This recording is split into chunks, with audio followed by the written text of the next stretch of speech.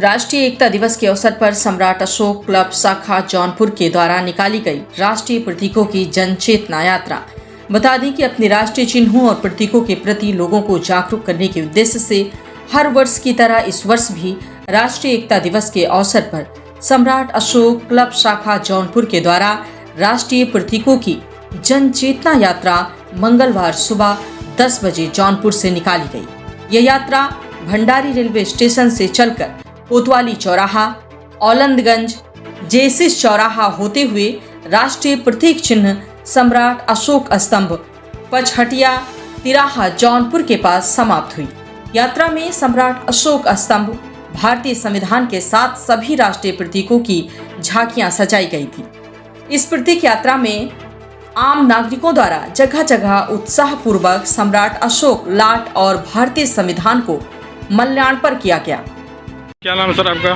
मेरा नाम doctor GM Singh Saikia है, प्रवक्ता समाज शास्त्र संविधान इंटर कॉलेज में हूँ जौनपुर। सम्राट अशोक क्लब में आप किस पद पे हैं?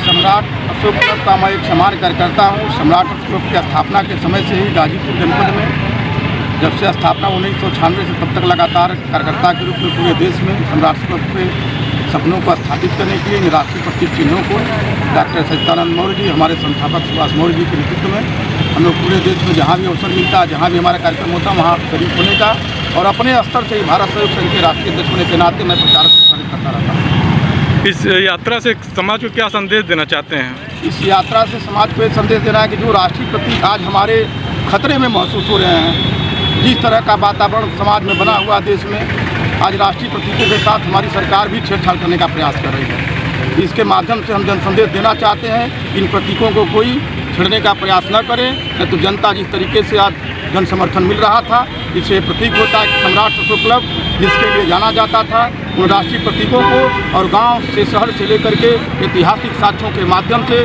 पूरे देश प्रदेश में प्रचार प्रसार कर रहा है। धन्यवाद सर। ये जो प्रतीक यात्रा निकाले हैं, इससे समाज को क्या संदेश देना चाहते हैं? असल में राष्ट्रीय प्रतीक निकालने का मतलब यही तो संदेश असली समाज का, जहाँ लोग अपने धर्म पाखंड में उलझे हुए हैं और धार्मिक संरक्षता बिगड़ रही है, वहाँ पे राष्ट्रीय प्रतीक ही एक ऐसी यात्रा है जो विभिन्न संप्रदाय, विभिन्न धर्म के लोगों को एक साथ जोड़ करके धार्मिक सौहार्द स्थापित कर सकती है। इसलिए यात्रा निकाली जा रही है। सर कितने वर्षों से आप ये यात्रा निकाल रहे हैं? ये तो हमको खुद भी पता नहीं कितने दिनों से याद हो रहा है। बहुत दिनों से हम लोग इसको निकाल रहे हैं और बीच में लॉकडाउन आ गया था, उसके बावजूद भी फिर भी थोड़ी यात्रा हम लोग कर रहे थे, लेकिन फिर से हम लोगों ने उसको उसी पैमाने पर शुरू किया अपने साथियों के साथ। सर किस प्रकार समाज में संदेश जाएगा इस यात्रा से? ये जैसे लोग अलग अलग धर्म और संप्रदाय को लेकर लड़ रहे हैं लोग, जहाँ पे हम लोग भारत के नागरिक हैं, भारतीय नागरिक होने के नाते संविधान के अनुसार ये देश संचालित होता है और संविधान की नज़रों में राष्ट्रीय प्रतीकों से बड़ा कोई नहीं है। इसलिए हर भारत के नागरिक को राष्ट्रीय प्रतीकों के प्रति अपनी आस्था रखनी चाहिए, अपनी धार्मिक प्रतीकों के साथ साथ। जी धन्यवाद सर। आपको लेकिन एक बार परिचय बता दीजिए, क्या नाम सर आपका? मेरा नाम डॉक्टर राम भगत यादव है। मैं रिटायर्ड सीएमओ हूँ, यहीं पर अपना अस्पताल चलाता हूँ। राष्ट्रीय चिंतन, अपने राष्ट्र को कैसे फिर से विश्व गुरु बनाएं, इस पर हमेशा हमारा प्रयास रहा है और राष्ट्रीय प्रतीकों की शोभा यात्रा से हम यही संदेश देना चाहते हैं कि सभी नागरिकों के दिमाग में राष्ट्रीयता, राष्ट्रभक्ति की भावना जगे और क्षेत्रवाद, जातिवाद, धर्मवाद छोड़ के राष्ट्रवाद को सर्वोपरि रखें और अपने देश को फिर से विश्व गुरु बनाएं।